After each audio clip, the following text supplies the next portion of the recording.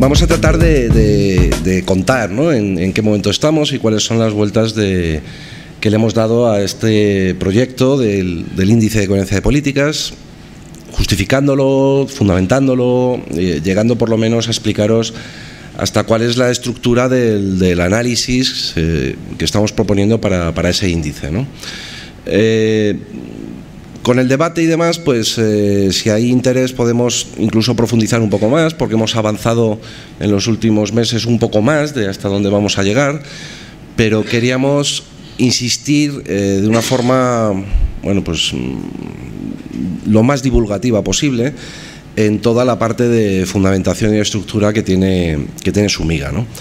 Entonces, independientemente de que luego tengamos un buen rato para dialogar y para que podáis hacer las cuestiones que queráis, si hay algo que extrañe o que no explique correctamente y demás, yo no tengo ningún inconveniente, todo lo contrario, en que se me interrumpa, y se pida aclaración, ¿no? Bueno, lo primero que hay que decir es que en la plataforma 2015 y más tenemos desde hace años pues un programa de investigación, un amplio programa de investigación precisamente sobre coherencia de políticas para el desarrollo, ¿no? Y como bien decía Natalia antes, pues no es un término especialmente atractivo, ¿no?, desde el punto de vista comunicativo o de la comprensión.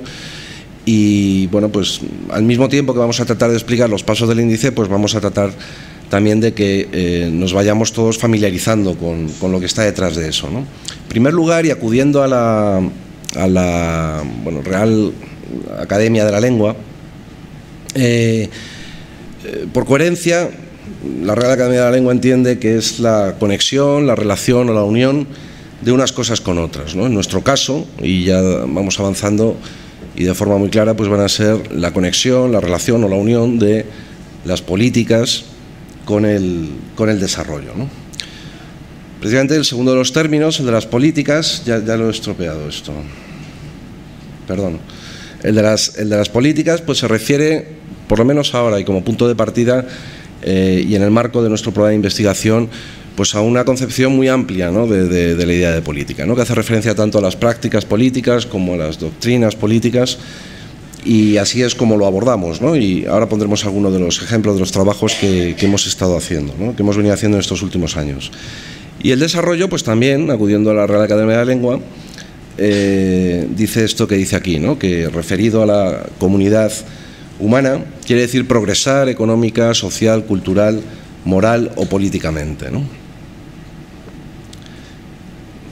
He de confesar que la Real Academia de la Lengua dice progresar o crecer, ¿no? Yo he quitado crecer porque tenemos nuestra particular batalla contra ese verbo, ¿no? Pero ese programa de investigación se refleja en una serie de líneas de investigación que tienen ya cierto recorrido, que están todas ellas, sin embargo, abiertas y incorporando, ¿no?, pues, continuamente nuevas tareas, ¿no?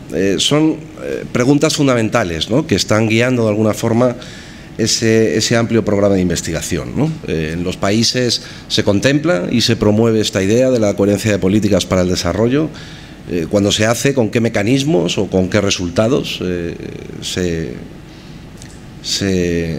obtienen, ¿no?, de ese empleo, qué elementos hay que analizar para conocer el grado de coherencia de políticas en una política, ¿no? Y lo hemos hecho, pues por lo menos con políticas comerciales, con la política energética, con la política diplomática, con la política de género, con la política de inversiones. Todos estos que estoy mencionando son ya títulos, ¿no?, publicados. Algunos de ellos están ahí en la mesa y en la página web nuestra se pueden descargar todos sin ningún problema, ¿no? Por otro lado, también nos preguntamos cómo puede servir la coherencia de políticas para reorientar las agendas y las prácticas políticas, ¿no? Es decir, es un concepto, una construcción conceptual que es útil para reorientar políticas, para, en definitiva, evaluarlas y promover mejoras o correcciones y cambios en esas agendas, en esas políticas.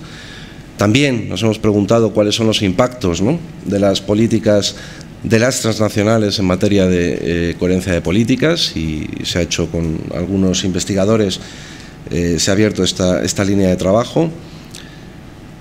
También nos preguntamos si la coherencia de políticas puede ser también una idea que permita articular, ¿no?, las agendas políticas y los trabajos de las propias organizaciones sociales y de las ONGs, ¿no? Y el índice tiene mucho que ver con esto también, ¿no?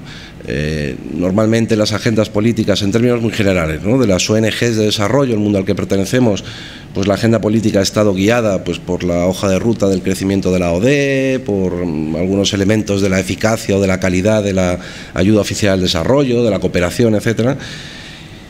Y tratamos de trabajar para ver si la coherencia de políticas también puede ser un articulador de esa agenda, ¿no?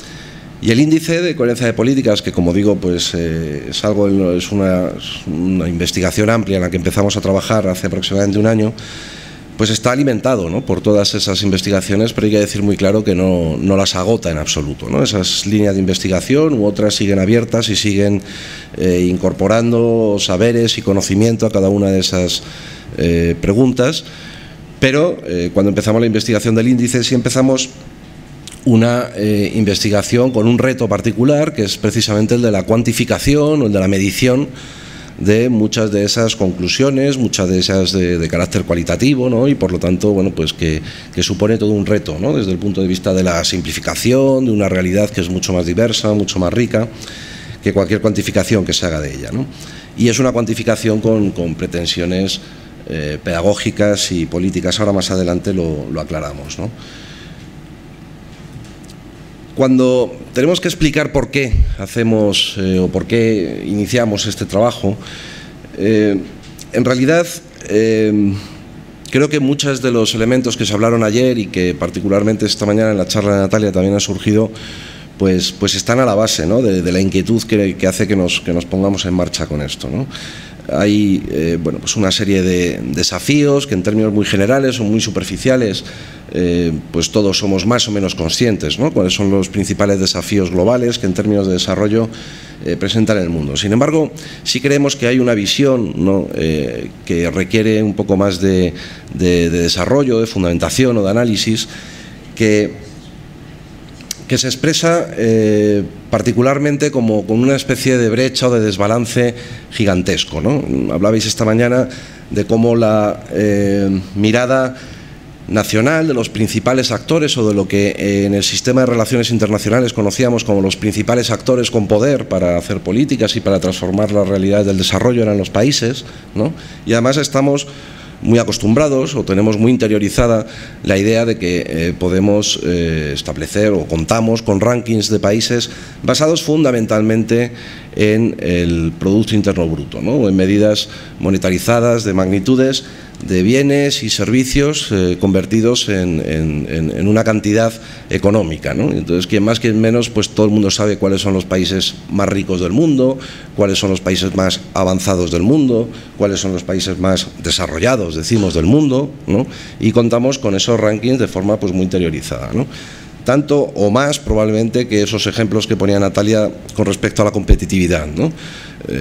La idea del crecimiento en términos monetarios o en términos monetarizados de la producción de bienes y servicios, que es lo que refleja el PIB, dicho de forma muy simple, pues provoca una especie de identificación, ¿no?, entre PIB, entre esa magnitud y el nivel de desarrollo de los países, ¿no? Esto hace que también tengamos todos, cuando examinamos la realidad internacional, pues bastante interiorizada la división de los países entre países que ya han alcanzado su meta, es decir, países que son desarrollados, ¿no?, y países que, decimos, están en vías de desarrollo o tienen metas de desarrollo que cumplir, etcétera, etcétera, ¿no? Y por último también subrayar que los países, como también habéis hablado esta mañana, o hemos comentado esta mañana, pues que los países actúan fundamentalmente a partir de una matriz de carácter nacionalista, ¿no?, de carácter que la acción política de los países, sea cual sea y sea donde sea, tanto de interior o doméstica o de exteriores, pues parte de un conjunto de intereses nacionales, ¿no?, que se pueden resumir, con poco acierto a mi juicio, ¿no?, en una estrategia denominada Marca España, cuando se habla de la expansión de esos intereses hacia el exterior, pero que más allá de los ejemplos concretos o de las ridiculeces similares que podemos extraer de varias legislaturas, pues todos los países, probablemente sin excepción, pues tienen una matriz fundamentalmente nacionalista, ¿no?, a la hora de diseñar, establecer sus políticas y participar como actores en eso que llamamos la realidad internacional y a la hora de atender los niveles de desarrollo. Pero al otro lado de esa brecha o de ese desbalance del que hablábamos, sabemos, y también algo comentó Natalia, ¿no?, acerca de la transnacionalización de los asuntos del desarrollo, y hablamos de esto que llamamos de las interdependencias globales, ¿no? Y es que, en resumen, se puede decir que los problemas principales del desarrollo no se circunscriben a las fronteras políticas sobre las que se establecen las construcciones nacionales, y de igual forma sus soluciones tampoco pueden ser circunscritas a esas fronteras políticas, ¿no? Cambio climático, energía, crisis financiera, ébola, biodiversidad, hambrunas, en fin, podríamos seguir hablando, pero todos los principales problemas del desarrollo, si siempre han tenido una componente interdependentista, si queremos verlo así, lo que la globalización ha evidenciado es que esas interdependencias hay que entenderlas de una forma bastante más radical, y exigen, por lo tanto, miradas distintas de esas miradas conflictivas o en lucha entre los intereses nacionales, ¿no? Tenemos además una realidad que es más reciente y a lo mejor de menor reconocimiento público, ¿no?, que exige que a lo mejor reconocen los que estamos más habituados a trabajar en el ámbito de la ayuda al desarrollo, en el ámbito del sistema internacional de ayuda, ¿no?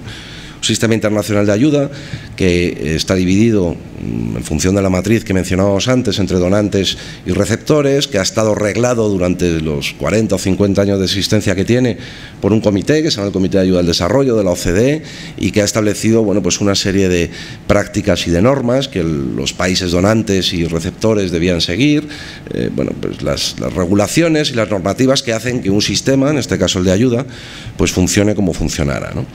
Lo cierto es que ese sistema en sí mismo, independientemente de cuáles sean, ahora en la siguiente pelotita hablamos algo de cómo está el sistema de ayuda antes que esto, ¿no? Pero lo cierto es que en los últimos años ese sistema o la realidad ha desbordado a ese sistema, ¿no? Y ha mostrado que bueno, pues esa trayectoria de 40 o 50 años se muestra francamente insuficiente ya para seguir gobernando, seguir regulando lo que ahora hacen los países en materia de ayuda internacional, ¿no? Hay nuevos actores, los países emergentes hacen que ahora tengamos actores que no son ni claramente donantes ni claramente receptores, sino que son las dos cosas al mismo tiempo, países de rentas medias que empiezan a realizar actividades muy serias y muy importantes de cooperación sur-sur, se denomina en algunos de los casos, ¿no?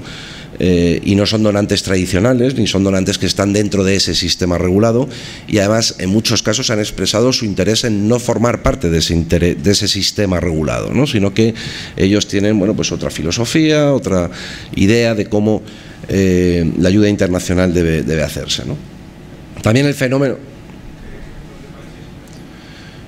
pues China, México, Brasil, todos los BRICS, los MIST, prácticamente la mayoría de los países emergentes, ¿no? La cooperación sur-sur sí es un término que se circunscribe más al ámbito de los países latinoamericanos, yo creo que inspirado sobre todo en todo el cambio de narrativa, en el pensamiento continental que supone el nuevo bolivarianismo, ¿no? Y la intención de realizar cooperación más horizontal, cooperación sur-sur entre países, que de alguna forma en su propia autodenominación pues trata de hacer una crítica, ¿no?, al exceso peso que tradicionalmente habían tenido los intereses de donantes en la ayuda, ¿no?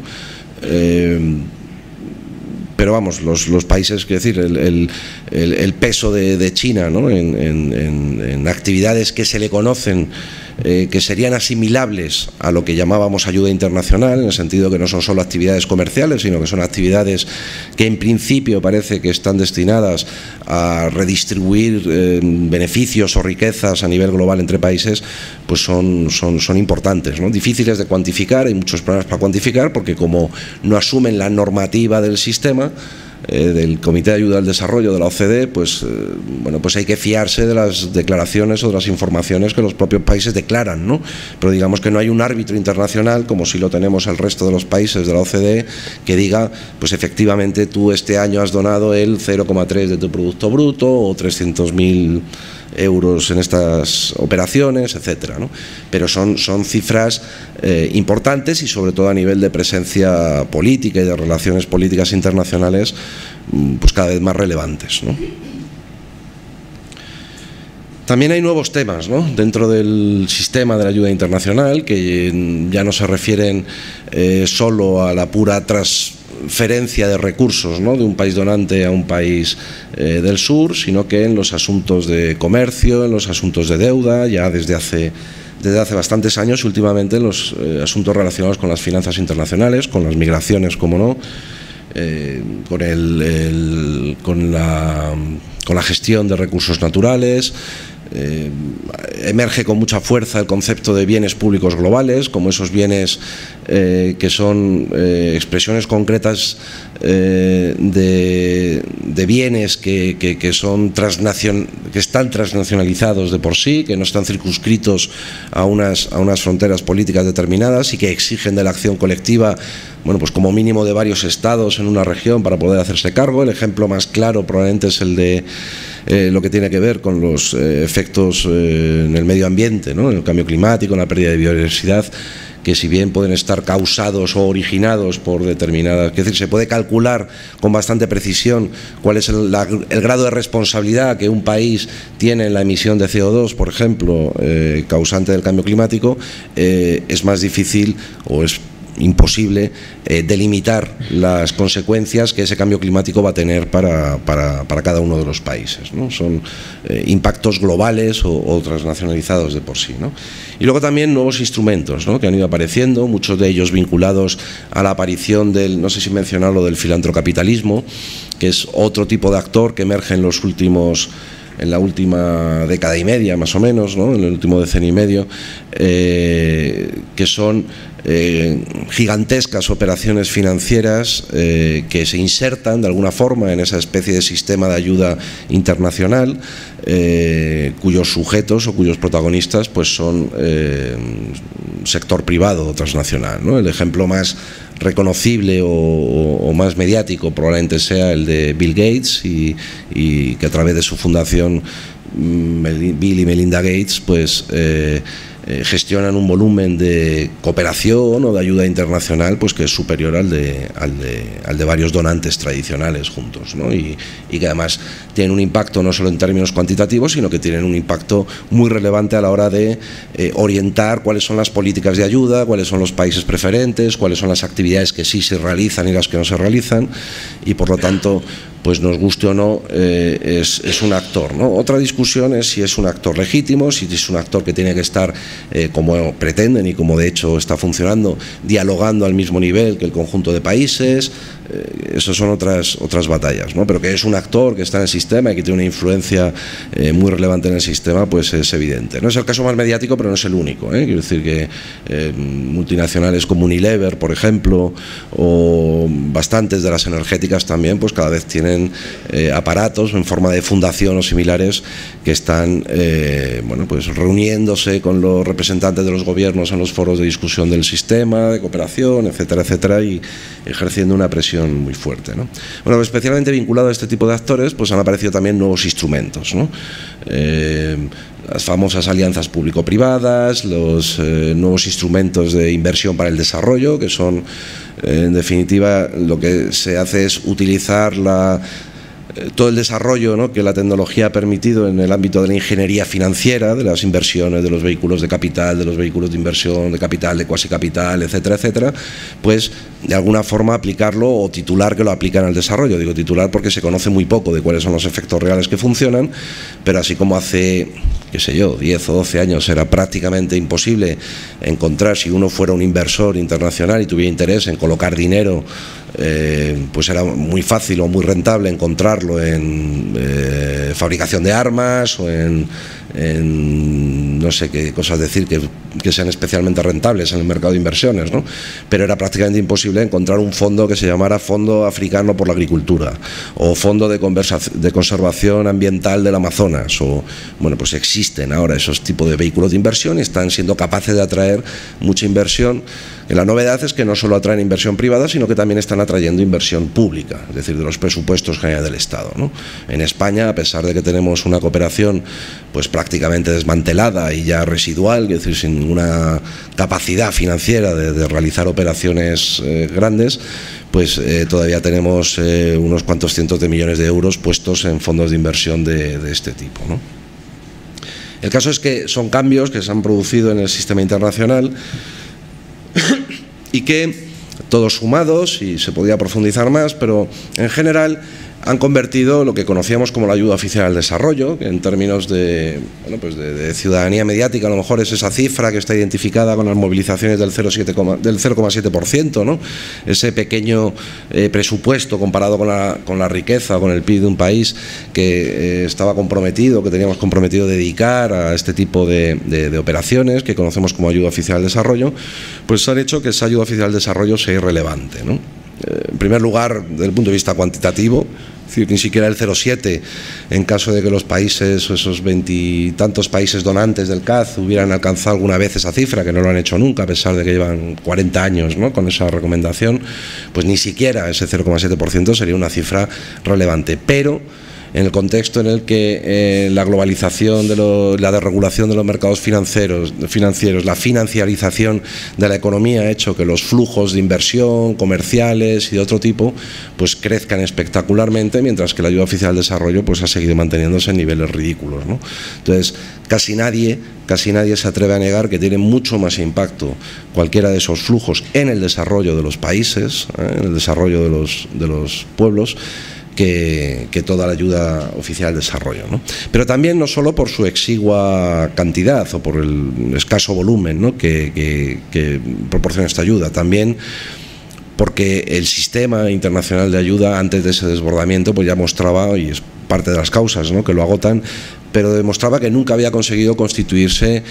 No sé cómo explicarlo, ¿no? Para los europeos yo creo que lo mejor es compararlo con lo que se denominan los fondos de cohesión social de Europa, ¿no? Nunca ese sistema ha conseguido convertirse en una especie de fondo de cohesión global, ¿no?, en el sentido de que quienes más tenían aportaban una mayor proporción o en proporción a su riqueza a un fondo que fuera realmente destinado a resolver o a coincidir y a financiar las estrategias de salida de la pobreza o las estrategias de desarrollo de los países que más dificultades tenían, ¿no? Al contrario, ese sistema ha seguido demostrando que su naturaleza es fundamentalmente arbitraria y discrecional y que está basada en los intereses del donante.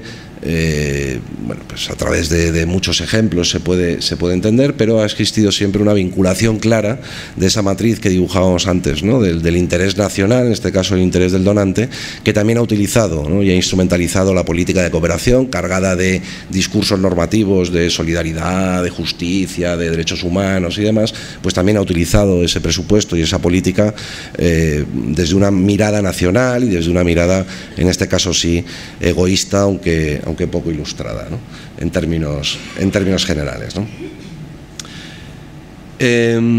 Bueno, hay varias gráficas, ¿no?, que pueden resumir un poco la idea que queremos transmitir, ¿no?, de ese balance, ¿no?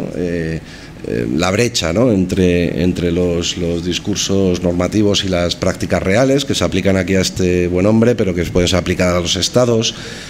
Estas visiones que ponen de alguna forma, ¿no?, ponen de manifiesto cómo los problemas del desarrollo también están íntimamente relacionados, ¿no?, y que aunque podamos hablar por un lado de migraciones y por otro lado de desarrollo rural y por otro lado de derechos humanos de forma separada por razones analíticas, lo importante es entender que estamos queriendo abordar pues algo que es muy complejo, que tiene muchas dimensiones y que es algo de lo que vamos a tratar de desbrozar más adelante, ¿no?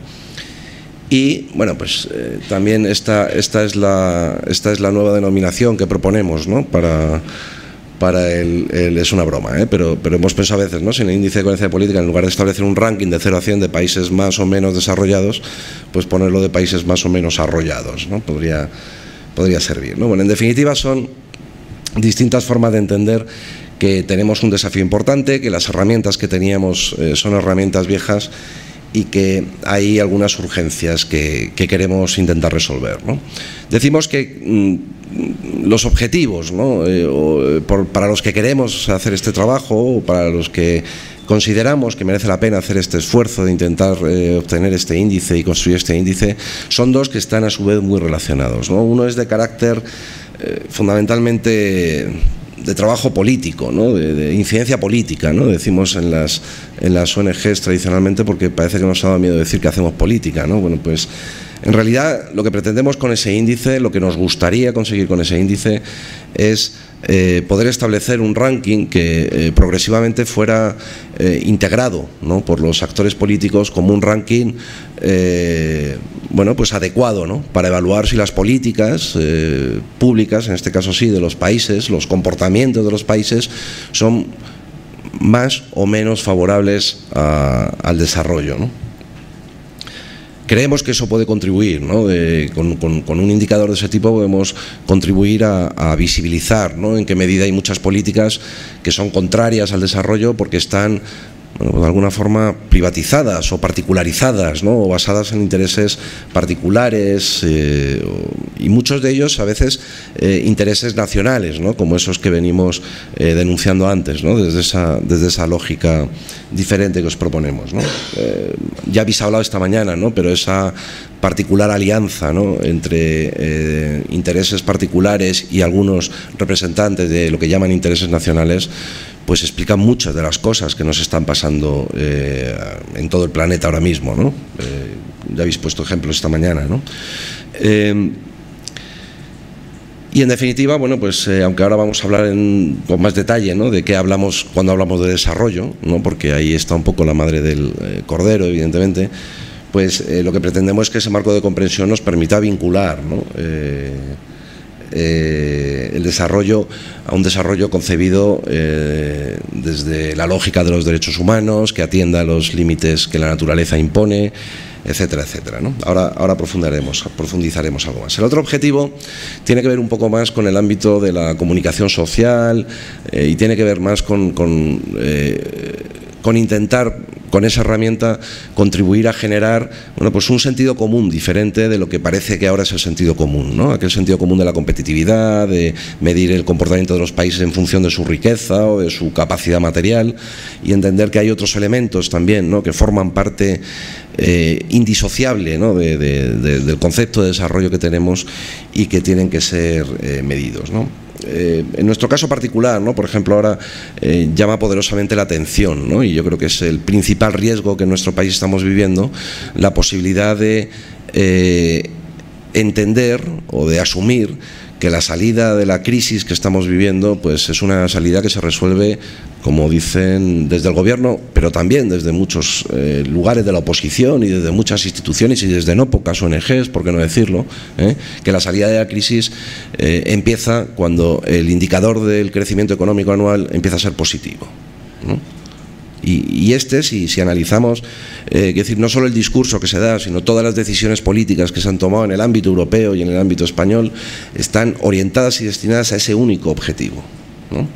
Eso es lo que llamamos el altar del crecimiento, ¿no? Y cómo a ese altar se sacrifican pues todas las políticas sociales, todas las dimensiones del desarrollo, todos los demás elementos que con el índice pretendemos hacer entender que son imprescindibles para lo que consideramos una vida adecuada, una vida buena, una vida justa, etcétera, etcétera, ¿no? Bueno, esos serían los dos principales objetivos, ¿no?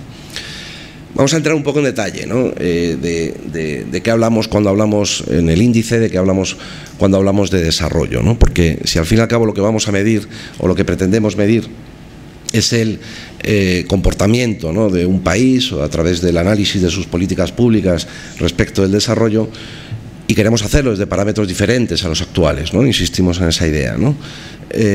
hay otros, ¿no? Hay multitud de índices que miden la riqueza o que establecen ranking de países por la riqueza, por la presencia global, por las exportaciones, por el crecimiento económico y trabajamos con ellos. Quiero decir que tenemos representantes políticos que van a una reunión y dicen: somos el 10º país en exportaciones.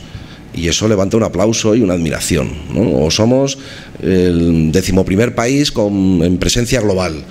Y eso pues parece que nos pone, pues no sé, tan contentos como que la selección española de fútbol gane un premio, ¿no? Entonces, es decir, son ideas que están muy internalizadas y que en definitiva el índice pretende cuestionar o pretende ofrecer una alternativa de comprensión sobre ese tipo de cosas, ¿no? Creemos que son 5 enfoques distintos entre sí, también por razones analíticas, aunque como veréis tienen mucha relación entre varios de ellos y están bastante imbricados, y así es como los concebimos, pero creo que por claridad y por honestidad pues es importante ponerlos sobre la mesa, ¿no? Porque cuando medimos desarrollo, pues vamos a medir en primer lugar algo más parecido a lo que se entiende como desarrollo humano, algo más parecido a lo que se deduce del enfoque de las capabilities de Amartya Sen, que como mínimo, como veíamos esta mañana también, pues centra en las oportunidades que tienen las personas de desarrollar sus propias capacidades, ¿no? Y eso sería, decir, a partir de esa idea entenderíamos que un país está más o menos desarrollado, ¿no? En función de eso, ¿no? Que pone a las personas en el centro y que considera además el carácter multidimensional de sus aspiraciones de desarrollo, ¿no? Creemos que ese enfoque nos obliga a abandonar la idea que antes denunciábamos más atrás, ¿no? La idea de que hay países, o que en nuestro ranking va a haber países que ya están aprobados, por decirlo así, ¿no? Que hay países que ya han alcanzado esa meta. En absoluto. Cuando hablamos de desarrollo, y es una de los giros importantes, ¿no? De la ruptura de pensamiento importantes sobre las que tenemos que trabajar, es que tenemos que abandonar la idea de que existen países desarrollados y países que no han alcanzado niveles de desarrollo, ¿no? Es muy difícil todavía hoy, aunque os cueste creerlo, hablar con un responsable político de un gobierno como el de España. Y no estoy haciendo una crítica solo a estos gobernantes de esta legislatura, que se ha hecho muy fácil, ¿no? Estoy hablando en un sentido más amplio, ¿no? Pero es muy difícil reunirte, por ejemplo, con el secretario de Estado de Comercio Exterior, que es un tipo importante dentro del Ministerio de Economía, y hacerle una pregunta sobre desarrollo y sobre las implicaciones que la política comercial que él está dirigiendo tiene para el desarrollo de determinados países, y responderte directamente que eso es una cuestión de la Agencia Española de Cooperación, ¿no? Que eso es una cuestión del Ministerio de Exteriores y que ya se coordina con el Ministerio de Exteriores, y que además hay un pequeño paquetito que se conoce como ayuda al comercio, el Aid for Trade, que lo coordinan juntos y tal.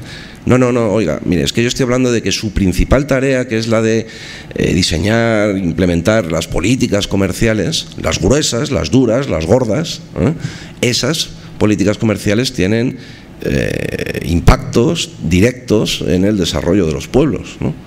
Entonces, bueno, pues es prácticamente imposible hacerles entender a ellos mismos que bueno, pues que estamos en el siglo XXI, y que de lo que estamos convencidos es que esa otra matriz de pensamiento, que puede aparecer más compleja, pero que se va a imponer con seguridad por la fuerza, ¿no? Porque es mucho más adecuada para responder a la realidad, ¿no? Y esa confianza tenemos. Chismes de ese tipo hay un montón. Natalia se lo sabe, es la que nos ha contado. Natalia hizo una investigación de cómo estaba la coherencia de políticas en el ámbito de la administración española, y tuvo ocasión de hablar con los supuestos responsables de la coherencia de políticas para el desarrollo en el Ministerio de Defensa, en Comercio y en otros, y tiene anecdotarios curiosos, ¿no? de cómo no lo conciben en realidad, ¿no?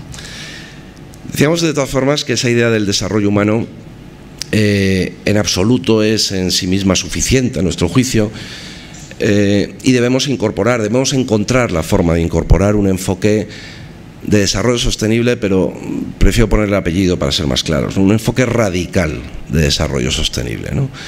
El reto que tenemos por delante y que queremos asumir es tratar de incorporar un enfoque que en absoluto pervierta esta idea del desarrollo sostenible como una especie de pequeña corrección, ¿no?, al sistema capitalista, al sistema basado en la concentración de propiedad, en la concentración de los medios de producción, en las exportaciones como principal estrategia de desarrollo para todos los países de carácter obligatoria, y tratar de incorporar los límites de la naturaleza en la actividad económica, ¿no?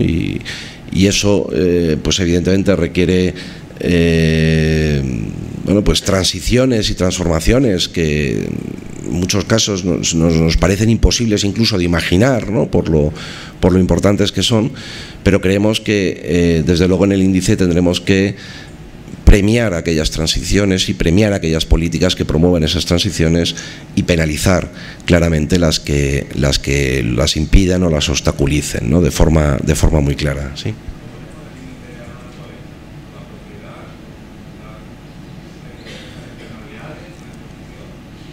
Repito la pregunta para lo del streaming y de paso para entenderla. Yo es que no estoy seguro de haberla escuchado bien. ¿Que cómo ponemos? Bueno, de forma muy general, da para mucho el debate, ¿no?, pero de forma muy general yo creo que hay que pensar en los dos principales límites que desde hace 40 años están sobre la mesa, ¿no? Uno, el que tiene que ver con el límite de la oferta de recursos naturales que el ecosistema global nos ofrece, y que, bueno, pues en el caso de las fuentes de energía no fósiles pues muestran un nivel de agotamiento y en cualquier caso una tasa de renovación mucho más lenta del uso que se produce, ¿no? Y por lo tanto, bueno, pues todo tiene que ver directamente con toda con todo el metabolismo energético, ¿no?, y con todo el diseño del sistema energético global en el que está anclado ahora mismo el modelo de producción, de bienes, de servicios, etcétera. Y el segundo de los límites es el que tiene que ver con la capacidad de basurero del planeta, ¿no? O sea, en su función de, es decir, todos los residuos vuelven a casa, ¿no? Y también hay señales claras de desbordamiento y de superación de los límites en la emisión de, bueno, pues no solo de CO2, sino también hay documentadas pérdidas de biodiversidad muy serias vinculadas a ese tipo de residuos, etcétera, ¿no? Entonces, ¿sí?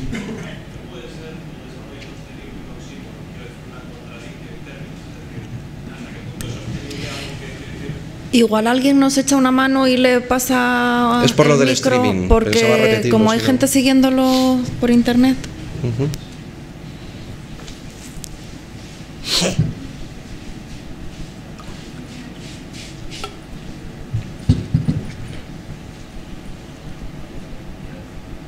Sí. ¿Está puesto? ¿Se oye? Póntelo ¿Sí? más así. Sí. A ver, que yo quiero preguntarte si el desarrollo sostenible no es en sí mismo una contradicción. O sea, es un poco bajar el pistón de la aceleración del desarrollo capitalista, pero no abandona el enfoque del crecimiento. Entonces, creo que era en Ecuador o en algún país latinoamericano que habían ya un grupo de trabajo sobre alternativas al desarrollo.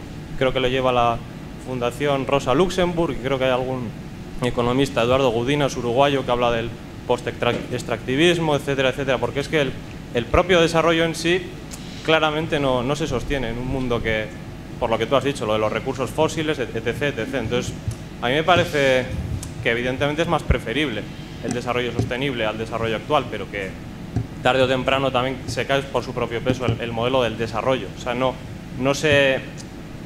es sostenible. O sea, yo no soy optimista en esa visión. Yo no creo en el desarrollo sostenible, aunque sí que es verdad que lo prefiero, pero creo que las alternativas al desarrollo, pues había aquí, creo, un economista o ambientalista, Jorge Richman, que es madrileño, pues que él habla ya de los bienes comunes, de la naturaleza, de, bueno, tener una relación más armónica. No creo que sea viable en el mundo en el que vivimos, pero yo creo que las investigaciones tienen que tender, yo creo, más allá, superar el enfoque del desarrollo. Porque es que ya en Europa ya no podemos desarrollarnos mucho más, a no ser que hagamos puertos donde no hace falta, más aeropuertos, más aves. Es que eso es el desarrollo. Y el desarrollo sostenible pues es igual a decir, mira, voy a sacar camiones de la carretera y hago trenes de mercancías. Pero eso sigue siendo un enfoque de desarrollo que en sí no es sostenible, porque es que no lo es. Entonces, yo no me termino de tragar ese cuento. Y lo siento si estoy siendo un poco quiero decir, crítico con ese modelo, pero es que a mí me seduce mucho más lo de las alternativas al desarrollo. Yo creo que por ahí tiene que ir el debate de la economía en el futuro, si queremos que este planeta dure, vamos, o sea, pues por nuestros nietos, a los que les tendríamos que pedir perdón en el caso de que no trascendamos ese enfoque del desarrollo sostenible. Pero bueno, esa es mi reflexión y no sé. Ahí había una... Sí, ¿había otra palabra? Sí, yo no sé si se escucha esto. Bueno, primero que nada quisiera retomar la pregunta que hizo el compañero primeramente con respecto al tema de los límites de la naturaleza. Creo que la pregunta concreta era cómo se ejecuta ese respeto a los límites de la naturaleza. Es decir, supongamos que la naturaleza en total, no sé, voy a dar un ejemplo tonto quizás, tiene 10, ¿no? Y esos 10, ¿cómo se utilizan? ¿Cómo se redistribuyen? A través de, digamos, de derechos de propiedad, de la internalización de externalidades. Creo que esa fue más o menos tu pregunta. ¿Tú, verdad? Tú. ¿Verdad? Entonces, ¿cómo se plantea esa utilización de los recursos de manera sostenible? Y lo segundo es, compañero, yo pienso que una cosa es desarrollarte y otra cosa es crecimiento económico, que es más o menos a lo que tú te refieres. El tema de crecimiento económico versus desarrollo. Ayer también Miren planteaba en su ponencia que existía una necesidad de vivir más austeramente. Si bien ella planteaba que estaba en contra del decrecimiento, bueno, no sé si en contra, pero no, digamos que no, ¿cómo? No a favor al menos del decrecimiento, pero creo que puede existir un desarrollo con menos crecimiento, más o menos, digamos, eso es lo que se plantea. Pero bueno, mi pregunta concreta es, quiero reforzar la primera pregunta. No sé si alguien más tiene alguna cosa que comentar con respecto a esto o contestas tú. Sí, ¿no había otra?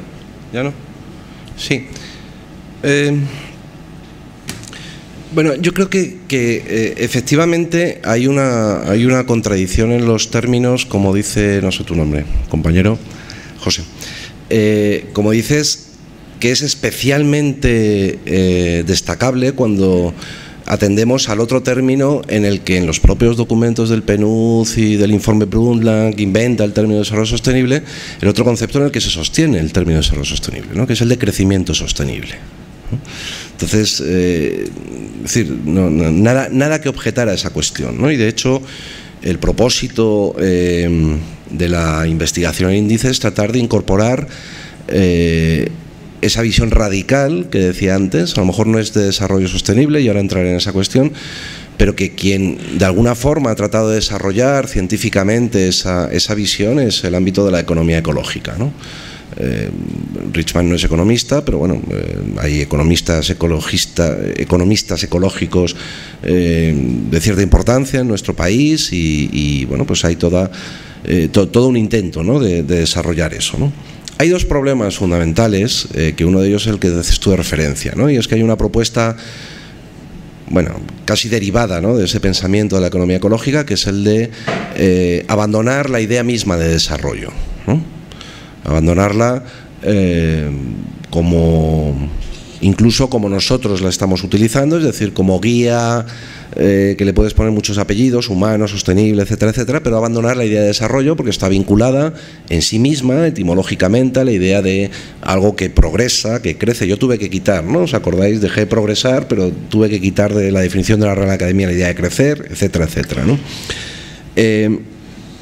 Hay otras razones también, que no necesariamente en el ámbito de la economía ecológica, pero que también son razones de peso, ¿no?, para abandonar la idea de desarrollo en sí misma, ¿no?, de esos otros paradigmas alternativos, ¿no? Lo que tiene que ver con que desarrollo, bueno, pues proviene de una cultura estrictamente occidental, proviene de es decir, puede servir como un concepto de imposición, ¿no?, de un tipo o de un modelo de sociedad que no contempla relatividades culturales. Las hay también, ¿no?, porque es un concepto que está muy vinculado a una historia patriarcal, ¿no?, en fin, hay multitud de argumentos, y nuestro propósito es, hasta ahora por lo menos, es tratar de incorporar en la medida de lo posible el fondo de esos argumentos, ¿vale?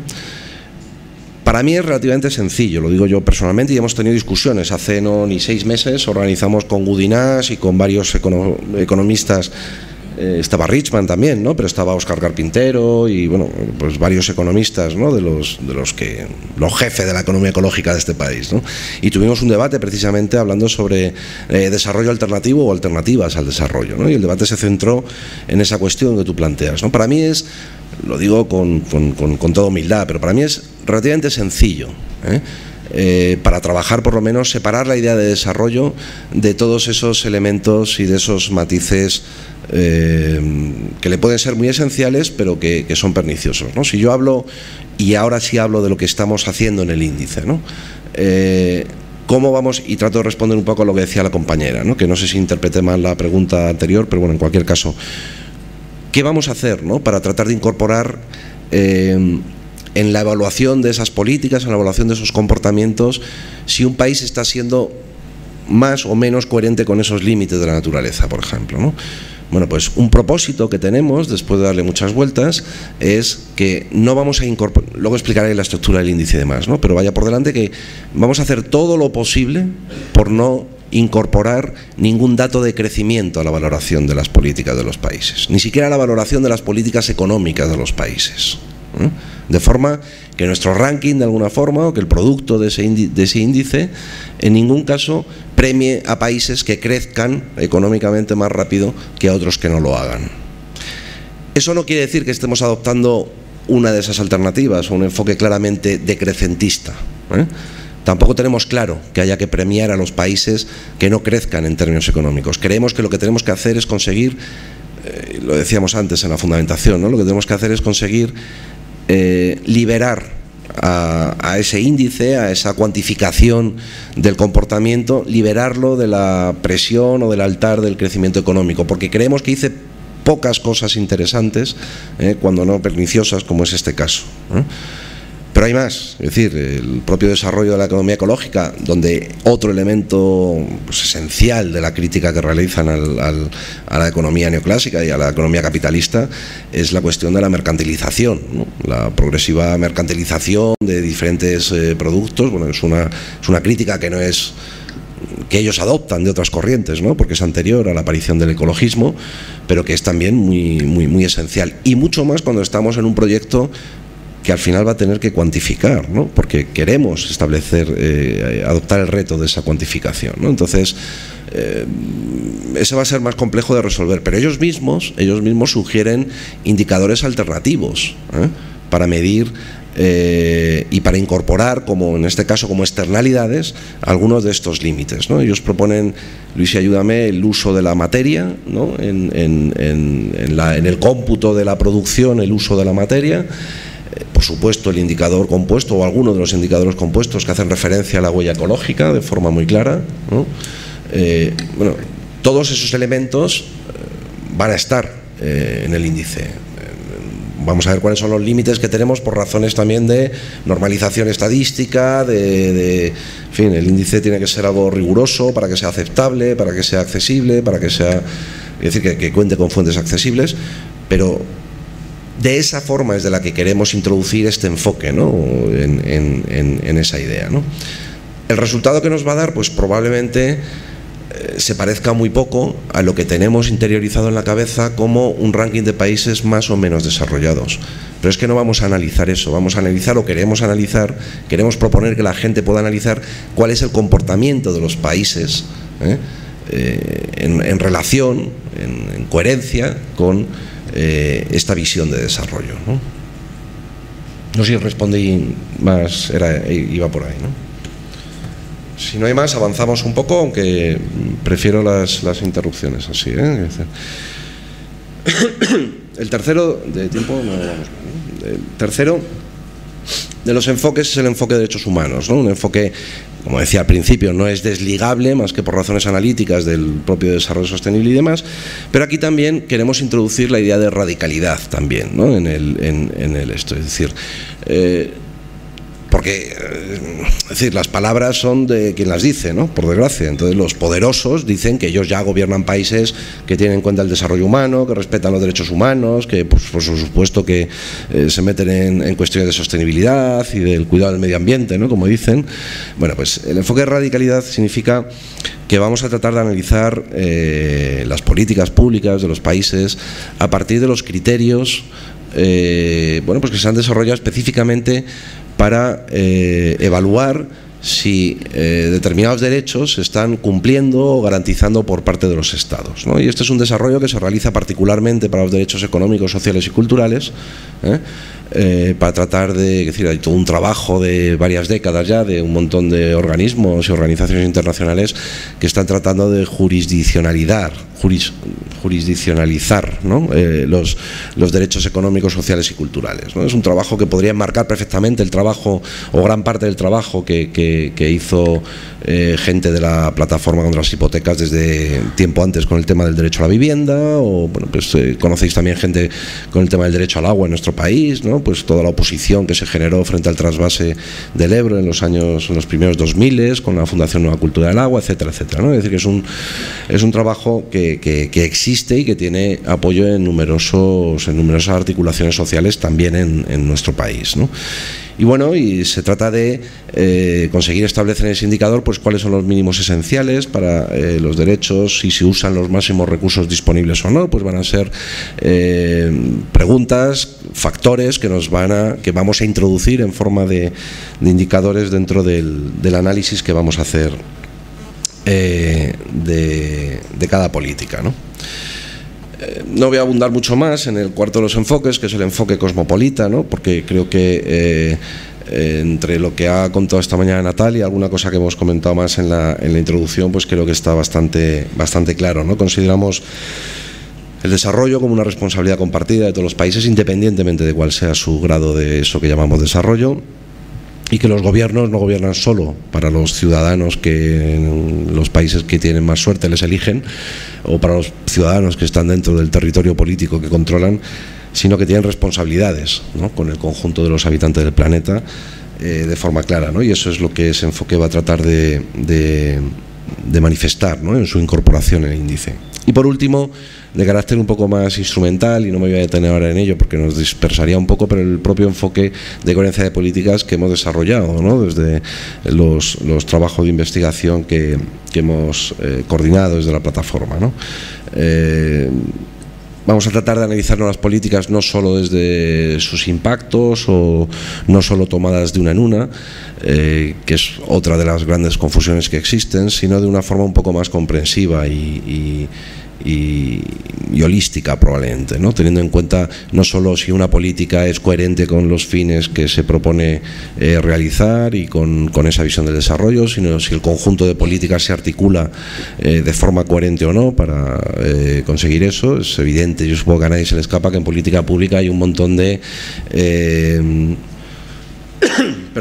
no sé cómo llamarlo, de espacios compartidos, ¿no? Y que las políticas se pueden complementar en pos de un objetivo o contradecir en muchos casos, ¿no? Bueno, pues analizar esos elementos que tienen que ver con lo que llamamos la dimensión horizontal, examinar también la consistencia a lo largo del tiempo. Cuando hablamos de desarrollo no podemos hablar la concepción que utilicemos de desarrollo, ¿no? Pero sea cual sea, no podemos hablar de corto plazo ni de plazos electorales breves, ¿no? Y tenemos que conseguir incorporar en ese índice elementos que nos permitan evaluar y valorar la consistencia o no de esos comportamientos, de esas políticas perdón, y lo que tiene que ver con esa dimensión global o cosmopolita de forma concreta, ¿no? Bueno, estos 5 enfoques, perdonad, estos 5 enfoques podemos resumirlo, ¿no? O resumir en esa especie de tabla de resumen de lo que se propone con el índice, donde vamos a analizar,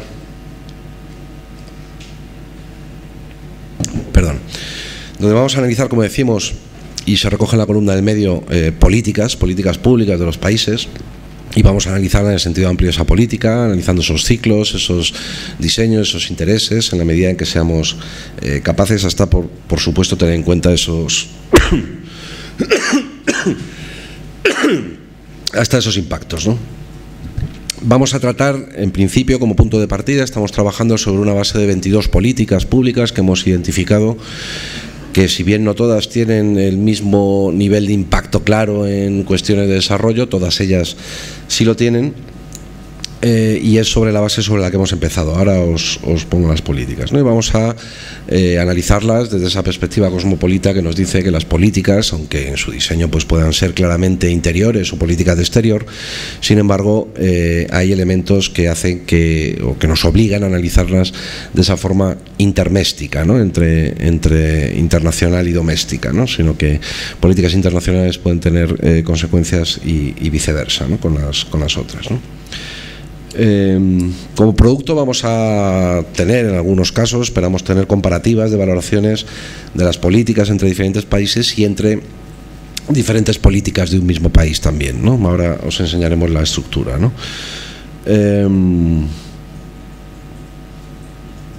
Vamos a realizar ese análisis a través de las 4 dimensiones del desarrollo sostenible, que es una diapositiva que, como me detuve ahí, creo que no lo mencioné antes, ¿no? Pero la social, la ecológica, la económica y la de gobernabilidad.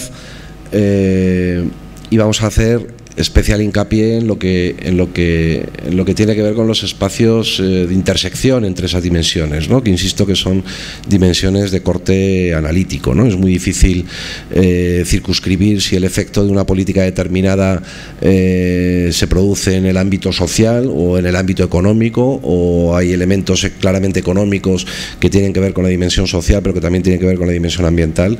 Entonces la idea es, por propósitos analíticos, tratar de ordenar el conjunto a través de esas 4 dimensiones y, sobre todo, y lo que sí es importante, es que incorporemos el conjunto de las 4 dimensiones a esas políticas, ¿no? Porque lo que se hace precisamente de forma habitual, lo que predomina es justo lo contrario. Lo que predomina es establecer una jerarquización implícita de esas dimensiones, y cuando, los ejemplos que ponía antes, ¿no? Cuando hablamos de que el crecimiento económico se convierte en el principal objetivo de cualquier medida del gobierno, en realidad lo que está haciendo es poner la dimensión económica en lo más alto de la jerarquía y secundarizar o subrogar el resto de dimensiones del desarrollo a cuando haya dinero, cuando haya crecimiento, cuando haya ganancia, cuando sea más barato, cuando no haya un ciclo electoral, etcétera, etcétera, ¿no? Entonces, la idea de desarrollo sostenible precisamente exige la imbricación al mismo nivel de esos 4 elementos en una especie de, bueno, pues de círculo que o es virtuoso o no es, ¿no? Sin tener ninguna seguridad de que sea virtuoso, pero la idea es tratar de proporcionar una matriz de análisis que haga que sean virtuosas esas relaciones, ¿no?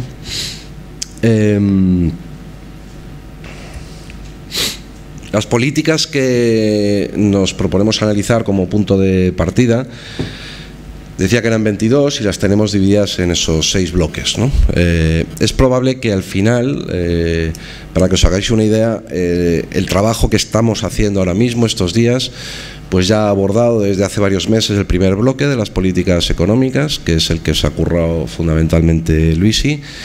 Y bueno, pues estamos en la parte fiscal ya empezando a desbrozar con otro compañero ya los indicadores que vamos a seleccionar, pero tenemos una idea bastante clara de cuáles van a ser los elementos que van a formar parte del análisis en las 4 dimensiones del desarrollo sostenible de la política fiscal, un poco más atrasada, la financiera y la comercial.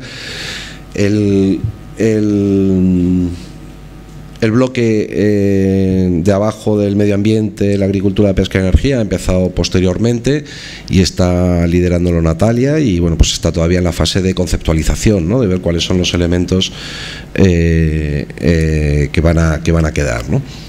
El bloque que llamamos de políticas sociales, que es el de la derecha de la diapositiva, pues educación, sanidad, seguridad, empleo, etcétera, ¿no? Y ese me estoy encargando yo y va pues un poco más atrasado, desde luego, que el de políticas económicas, ¿no? Pero en educación y en sanidad y en parte de empleo, pues estamos ya terminando la conceptualización de cuáles van a ser los elementos, ¿no? Digo para que os hagáis una idea por dónde va. El de exteriores y migratoria y cooperación, pues lo está llevando Nacho, y todavía le falta un poco para llegar a tener los conceptos claros. Pero digo esto porque en esta fase de estudio, de análisis y de toma de decisiones, ¿no?, que vamos discutiendo acerca de cuáles son los indicadores a tener en cuenta, cuáles no, etcétera, en esa fase de discusión ya ha aparecido en varias ocasiones la posibilidad de que alguna de esas 22 políticas no deba ser contemplada, ¿no?, porque va a aportar pocas variaciones, bueno, por distintos motivos, ¿no? Incluso nos planteamos o nos estamos empezando a plantear de forma bastante seria si la política de cooperación no debería formar parte de esas 22 políticas, ¿no?, por varias razones, ¿no? Yo, para que os hagáis una idea de la revolución que supone para nosotros mismos en el sentido del cambio de mentalidad, ¿no? Cuando antes preguntaban también por el modelo de anticooperación, ¿no? Nosotros entendemos que los retos fundamentales del desarrollo y el análisis, por tanto, del comportamiento de los países en materia de coherencia de políticas para el desarrollo se puede hacer, o probablemente se puede hacer muy bien, sin perder nada, obviando lo que se ha llamado hasta ahora la política de cooperación para el desarrollo de los países, ¿no? Pero bueno, son decisiones que no están tomadas, pero que son en las discusiones en las que estamos ahora, y a medida que vamos avanzando, pues vamos teniendo más o menos evidencia, ¿no? Termino bueno, pues con el dibujo, ¿no?, de la estructura que nos está sirviendo como guía para ir realizando todo el análisis, ¿no?, del índice de coherencia de políticas, ¿no? Veis que son columnas donde ahí están bueno, creo que hay 3 o 4 puestas, pero serían en principio 22 columnas, probablemente, como decía, alguna menos. Y el análisis en el que estamos ahora metidos, que os comentaba hace un momento, pues es precisamente el de hallar, seleccionar y elegir cuáles son en primer lugar, cuáles son los conceptos fuertes que con respecto a esa política perdonad, que con respecto a esa política creemos que deben estar contemplados en la valoración que va a hacer el índice. Y en segundo lugar, la fase de adecuación estadística de eso, ¿no? Porque ahí ya nos hemos encontrado, estamos empezando a encontrar con dificultades para conseguir que elementos que creemos que son muy importantes, pues no es fácil encontrar índices, o no es fácil encontrarlos con la suficiente extensión de países como queremos para empezar, o no son fácilmente homologables, en fin, que luego hay todo un trabajo estadístico posterior que ya está iniciando en sus primeras fases y que tenemos en cuenta en el análisis, pero que al final nos obliga también, como es lógico, a tomar, o nos obligará a tomar algunas decisiones, ¿no?, respecto de lo que va entrando en cada una, ¿no? De forma que, efectivamente, pues podríamos tener subindicadores o indicadores del comportamiento de cada una de las políticas, como veis, y en muchos casos pues esperamos también poder tenerlos para cada una de las dimensiones, aunque en ese otro caso va a ser bastante más complicado, porque hay, como decía, las 4 dimensiones valen analíticamente, pero están tan imbricadas y tan relacionadas que tenemos que tomar decisiones del tipo de, por ejemplo, el porcentaje de gasto social dedicado a educación de un presupuesto de un país, ¿no?, que estamos valorando como un índice importante para poder medir cuál es lo que dedica un país a su política educativa. ¿Dónde lo introducimos? ¿En la política educativa en su dimensión económica, o lo introducimos en la política económica en su dimensión social, ¿no? Bueno, pues como eso hay multitud de intersecciones dentro del cuadro que también vamos a tener que tomar decisiones, bueno, pues arbitrarias, ¿no?, con todo el rigor, evitando duplicidades y, en fin, toda esta historia, pero que al final probablemente impidan que los indicadores sectoriales o dimensionales, por llamarlos así, pues vayan a tener un peso importante, ¿no? El que sí, desde luego, creemos, y hacia allí va orientado todo el trabajo, pues es el índice de coherencia, ¿no?, que resulta que se visibiliza en la estructura abajo a la derecha, y que es con el que pretendemos dar buena cuenta de ese comportamiento de los países, ¿no? Ahí lo dejo.